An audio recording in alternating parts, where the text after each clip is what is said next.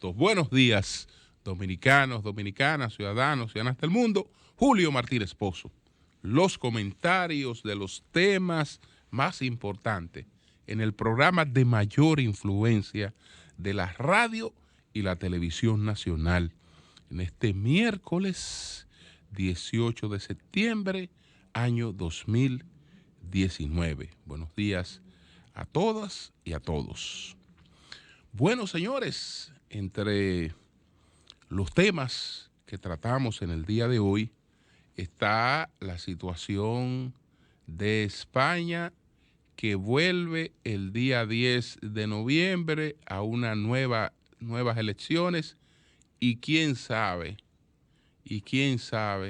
si después de esas nuevas elecciones pasa como el 2016 y hay que desarrollar unas terceras elecciones. También ayer tuvimos la oportunidad de acudir al almuerzo mensual de la Cámara Americana de Comercio, cuyo orador era el presidente del CONET, Pedro Brache. Vamos a hablar del discurso de Pedro Brache, ayer en el almuerzo de la Cámara Americana de Comercio.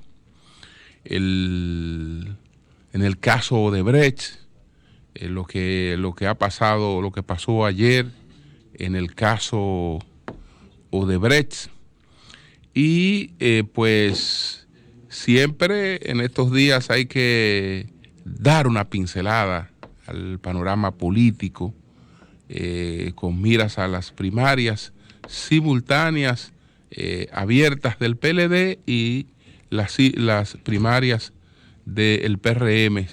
Entonces ayer el expresidente Fernández empezó a recibir apoyo por parte de dirigentes choferiles, y esos apoyos parece que van a ser sectoriales. Parece que ha amarrado un acuerdo con los líderes de los sindicatos choferiles, que en estos días los veremos desfilando en rueda de prensa, anunciando su endoso al doctor Leonel Fernández, mientras se produce la reaparición pública en una actividad en Sánchez Ramírez de Gonzalo Castillo. Esa ausencia durante varios días de Gonzalo Castillo no fue producto de la improvisación, era un hecho que estaba planeado, y también haremos referencia a eso. Pero bueno, empezando por lo de España. Casi 5 meses, más de 4 meses que se desarrollaron las elecciones en las que el Partido Socialista Obrero Español quedó en primer lugar. Pero el Partido Socialista Obrero Español no alcanzó la mayoría necesaria para poder formar gobierno. No alcanzó esa mayoría necesaria para formar gobierno. No es la primera vez que esto ocurre en España, pero esta vez hay algunos elementos, porque bueno, él tenía que conseguir, para poder formar gobierno, hay que conseguir por lo menos una mayoría de 176 diputados de 350 en primera votación. Entonces esto no ocurrió. Entonces hay un mecanismo constitucional que faculta al jefe de Estado, que es el rey Felipe VI, hacer unas consultas con todos los partidos que tienen representación en el Congreso de los Diputados, que son los que es donde se escoge al presidente.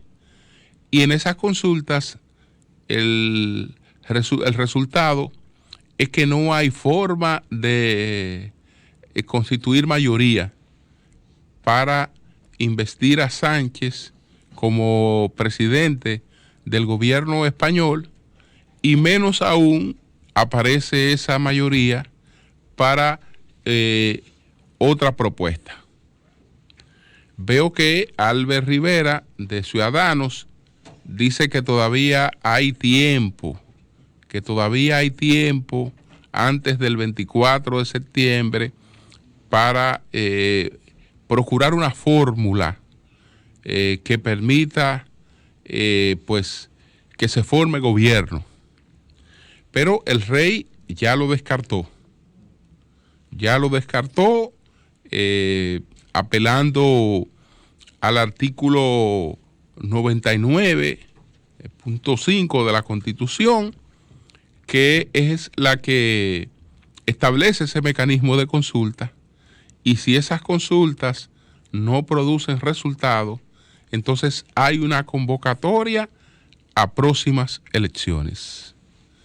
Por parte de Pedro Sánchez, el presidente del gobierno, el presidente provisional del gobierno, porque no hay vacancia, hay un presidente provisional hasta que se escoja el presidente del gobierno español.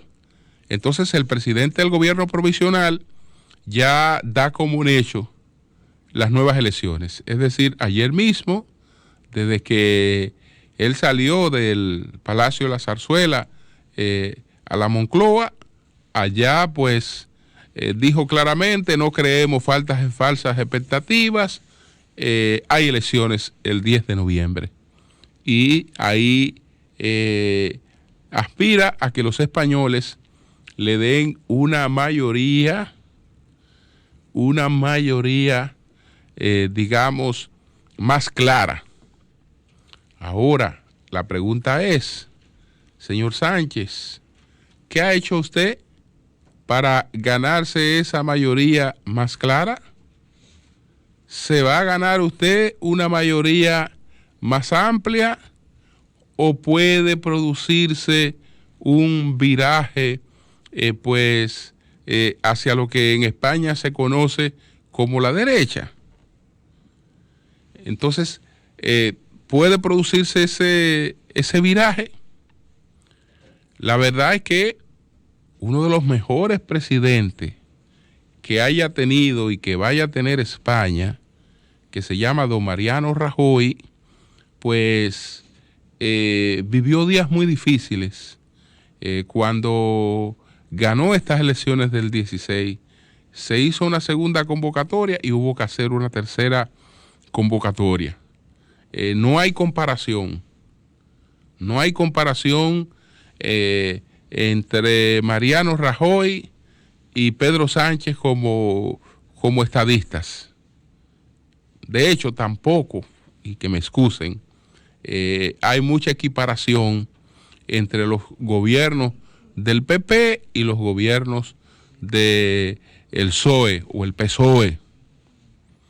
La verdad es que cada vez que la economía de España ha estado maltrecha, España sabe que su solución ha sido apelar al PP y la economía ha tomado mejor ritmo. A los socialistas, que como se le llama, y lo pongo entre comillas, pero a los socialistas para comunicar claramente, vamos a llamarle como le llaman en España, ¿no? A los socialistas, pues les encanta el reparto, les encantan los programas sociales. A mí me encantan los programas sociales, pero me encantan los programas sociales sostenibles en el tiempo. Y esos programas sociales sostenibles en el tiempo solamente los sustenta una economía en constante crecimiento. Y entonces ahí es que se dan esas contradicciones que coyuntura más, coyuntura menos, hacen que los españoles entonces miren hacia el PP. Pero no veo las posibilidades inmediatas de que todavía se produzca ese viraje hacia el PP. Lo interesante, lo noticioso es que hay elecciones nuevas en España, porque para constituir gobierno el presidente no solo necesita ganar unas elecciones, necesita constituir mayoría en la Cámara de Diputados para poderlo lograr. Y esa mayoría no es tan fácil en un país, en una democracia donde no hay negociaciones individuales, sino que que los partidos tienen líneas, los partidos tienen realmente otro tipo de contenido, y las cosas tienen que darse en función de ceder ante los programas, ante los planteamientos, ante las líneas de los partidos, con lo que se va a producir alguna suerte de alianza. Entonces, pasando a otro tema, ayer pues participamos en la conferencia que ofreció en la Cámara Americana de Comercio el presidente del CONEP, Pedro Brache, que también es el presidente del grupo RICA. El título de la conferencia: RD del futuro, metas y consensos. RD del futuro, metas y consenso. Hay gente aquí que todavía vive en esa etapa izquierdosa, trasnochada, que entiende que si una cosa es buena para el sector empresarial, es mala para la gente. Y la verdad es que esos tiempos hace mucho que quedaron atrás. Hace mucho que quedaron atrás. Lo que es bueno para el sector empresarial es bueno para la sociedad, porque el sector empresarial quiere cosas buenas para la sociedad, porque requiere del clima de estabilidad, del clima de confianza que esas cosas transfieren para hacer negocios. Es decir, los empresarios hoy en día solo pueden hacer negocios en un país en el que a la gente le va bien, en el que la gente va mejorando su calidad de vida, y en el que ese país va mejorando todos sus estándares, y eso no puede hacerse sin una mejoría de la calidad de vida de la gente. Entonces, en ese sentido, cuando Brache insiste en la necesidad de continuar en esta cultura de alianza público-privada, trabajando temas importantes, y cuando insiste en la necesidad de priorizar en una agenda, que esa agenda se siga cumpliendo independientemente de quien esté al frente del poder. Es decir, que un país tiene sus metas, esas metas se encaminan, esas metas, de esas metas empoderadas sus organizaciones, todas sus estructuras, esas metas se trabajan independientemente de cuál sea la presencia política. Desde luego, no solo en esta exposición, sino en otras exposiciones, Pedro Brache ha reconocido que el trato que ha tenido el sector empresarial, pues en la gestión del presidente Danilo Medina, ha sido excelente. En esa capacidad de escuchar, en esa capacidad de buscar soluciones conjuntas y en ese compromiso con esas soluciones. Él decía, entre otras cosas, bueno, hay que involucrarse. Él decía que no solo los empresarios, sino haciendo una exhortación a todo el liderazgo del país. Hay que involucrarse en la definición de las estrategias y en la toma de decisiones para que el progreso siga su curso, independientemente de qué partido esté en el poder, independientemente de cuál sea el nombre del presidente de la República. Una parte de su exposición estuvo dedicada a los desafíos de la cuarta revolución industrial y cómo esos desafíos nos van impactando a todos, cómo esos desafíos crean desplazamientos de profesiones y oficios tradicionales, pero cómo también abren muchas otras oportunidades. Y entonces esos desafíos no solo son una tarea importante para el gobierno en sus mecanismos de planificación, sino que lo son asimismo también para el sector privado. Y entonces, sobre lo que representa el sector privado para el motor de la economía, dijo textualmente, él decía, el sector privado en su conjunto es el auténtico motor de la economía dominicana. A través de la creación constante de empleo, el desplome de los índices de pobreza y el surgimiento de capas de clase media en nuestro país. Durante los últimos 15 años, con más del 85% de participación privada en la economía, el 87% en el consumo y el 90% en el crecimiento, nos hemos consolidado como el país de la región en que este sector tiene la mayor incidencia.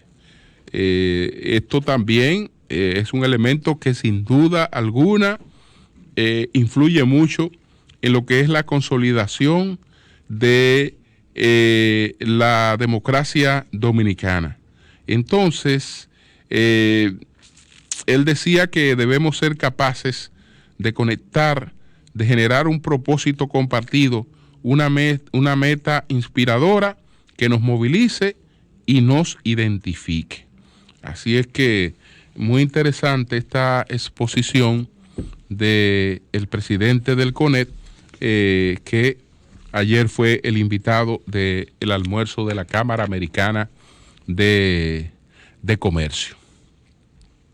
Ayer, en el caso Odebrecht, pues se esperaba que por unos cuestionamientos, una campaña que se ha montado contra el presidente de la Suprema Corte de Justicia, Luis Henry Molina, él iba a inhibirse de la participación en este caso Odebrecht. El magistrado presidente de la Suprema no encontró motivos para la inhibición, pero entonces se produce una recusación de el magistrado presidente de la Suprema, porque hay alegatos distintos por parte de los abogados que hicieron su intervención en el día de ayer. Pero en el caso del presidente de la Suprema Corte de Justicia, ¿cuál es el alegato?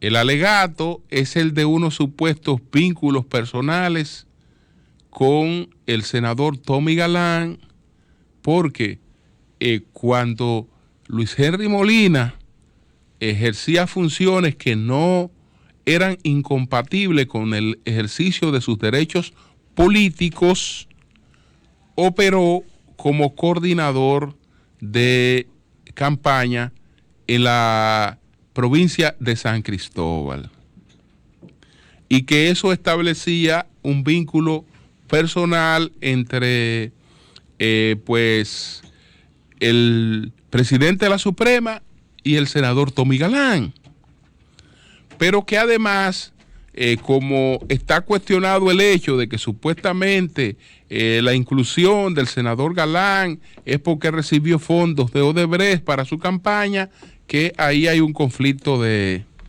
intereses.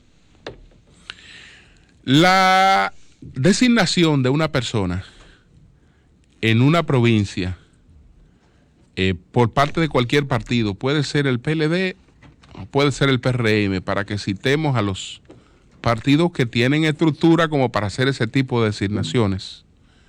Eso no se da porque una persona tenga vínculos personales con los dirigentes de esa provincia.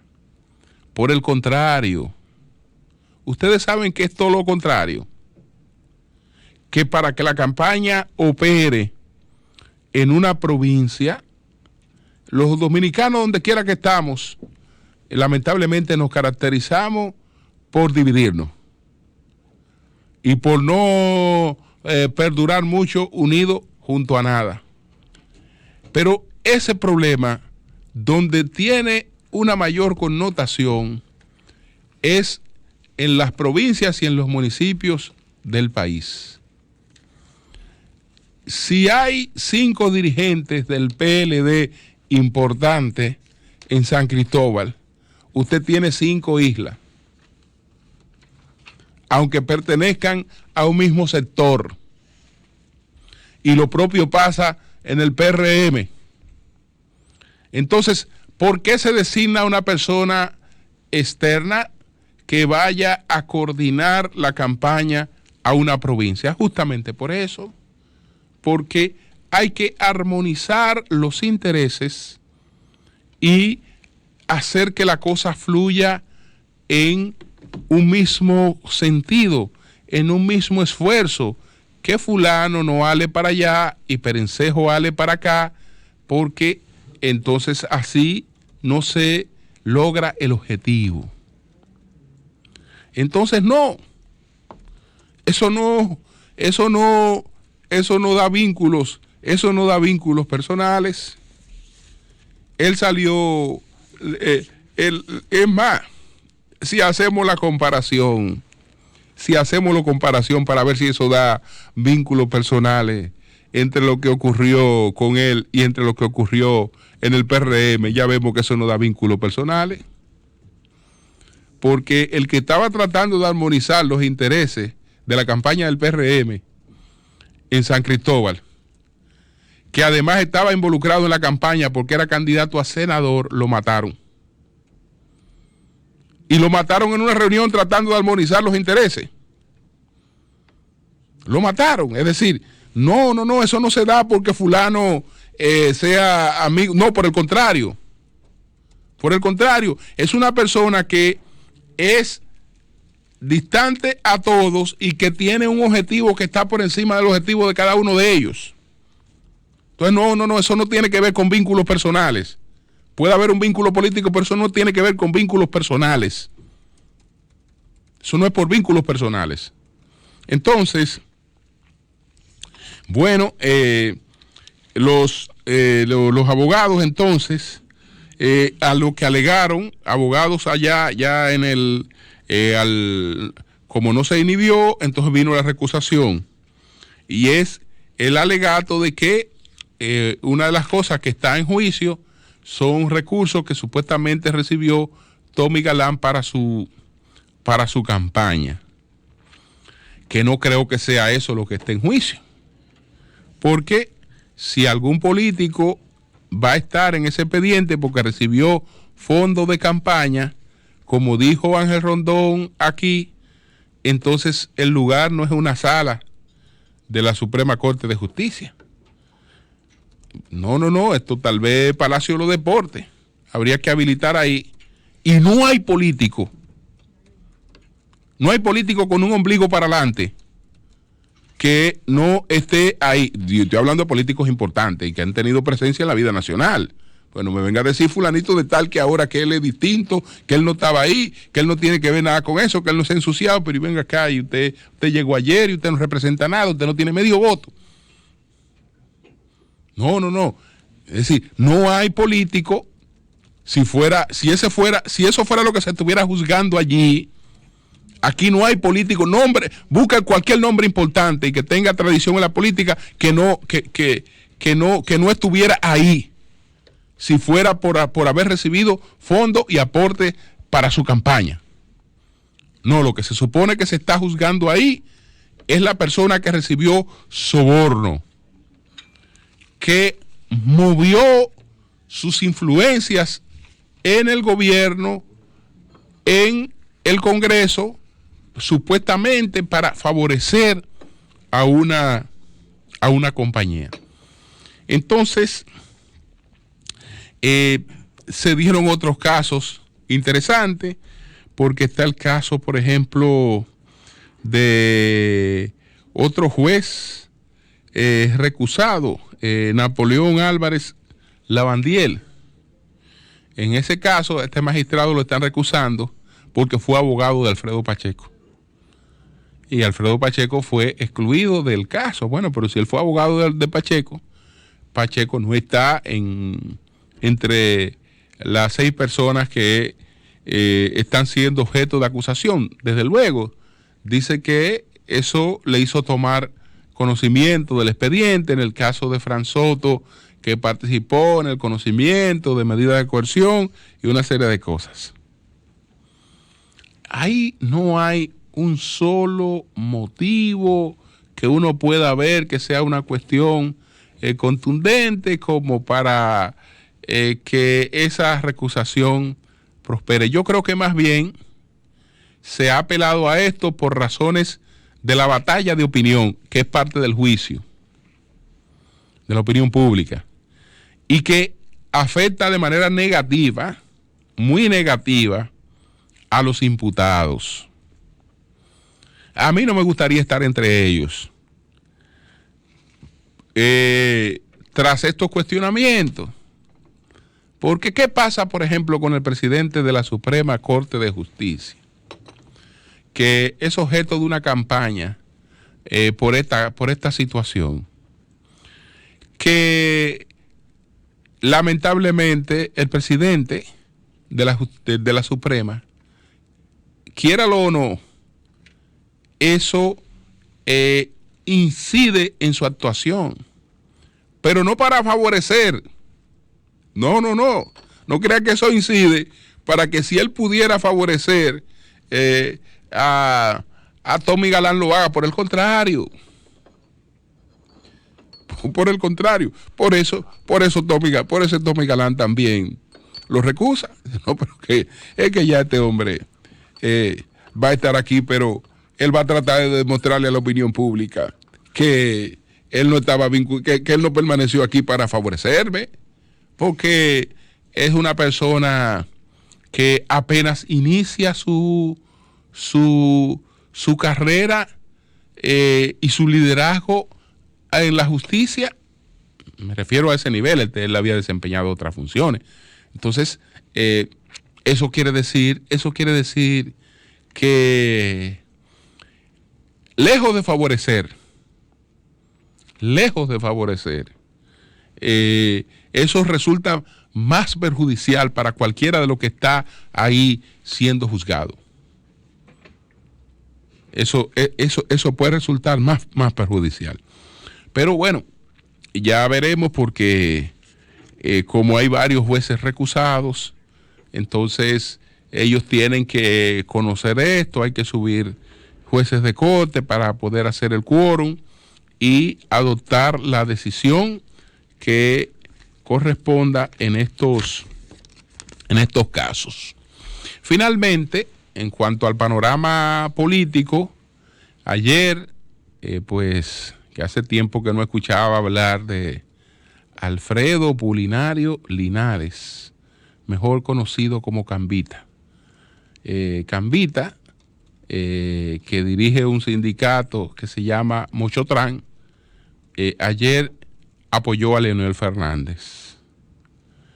Este apoyo, pues, no puede restársele importancia, no hay que ir a mirar si Cambita tiene o no una gran incidencia o si Cambita, que se pone de bultero a decir que representa 100,000 choferes y que ya esos 100,000 choferes están con... Eso no le quita, es un apoyo. Es un apoyo y las primarias son abiertas. Es decir, que todos los apoyos son importantes. Y en este caso es un apoyo que hay que verlo también por un apoyo logístico. Un apoyo logístico que se llama movilización en el día D. Entonces, si a esto se une que tal vez hoy y tal vez mañana vemos una rueda de prensa de Antonio Marte o vemos una rueda de prensa de Juan Uvieres, que adelanto que ya tienen apalabreado su respaldo al doctor Leonel Fernández, entonces ahí hay un amarre que no deja de ser interesante con el sector del transporte, y eso además de lo que pueda representar en cuanto a los votos que ellos directamente reúnan y manden a depositar en beneficio de Leonel Fernández, está el aporte logístico importante que hacen ese día. Es decir, que en ese sentido, si esto es así, que es así, probablemente ahí el sector del presidente Medina tendrá que ver cómo articula ese día, porque parece ser que todo el transporte que esta gente maneja estará ese día al servicio de la movilización de votos hacia el doctor Leonel Fernández. Entonces, ese es un factor. El otro factor, por otra parte,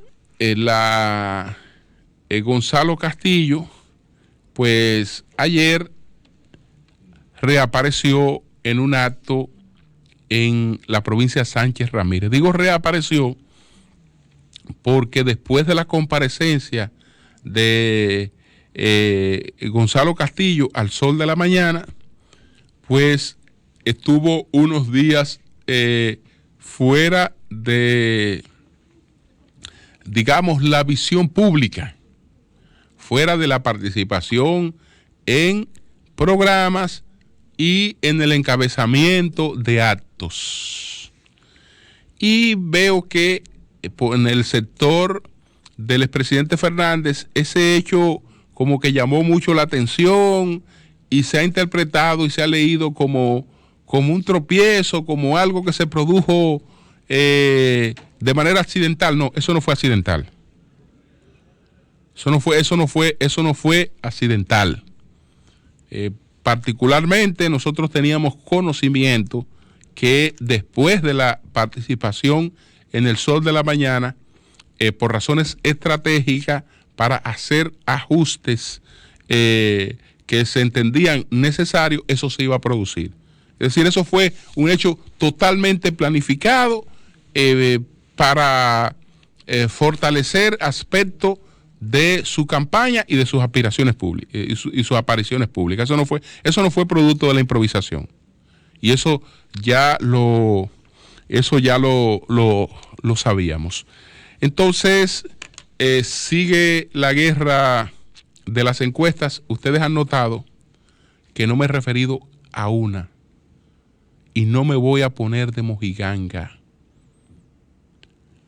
Para referirme a una encuesta, tengo que ver, que no la he visto todavía, no la he visto, una encuesta diseñada para las mediciones internas. Pero lo que yo he visto hasta ahora no son encuestas diseñadas para mediciones internas. Lo que yo he visto hasta ahora es un disparate. Son disparates, son manipulaciones, y no me refiero de un lado, sino de lo que he visto hasta ahora en sentido general.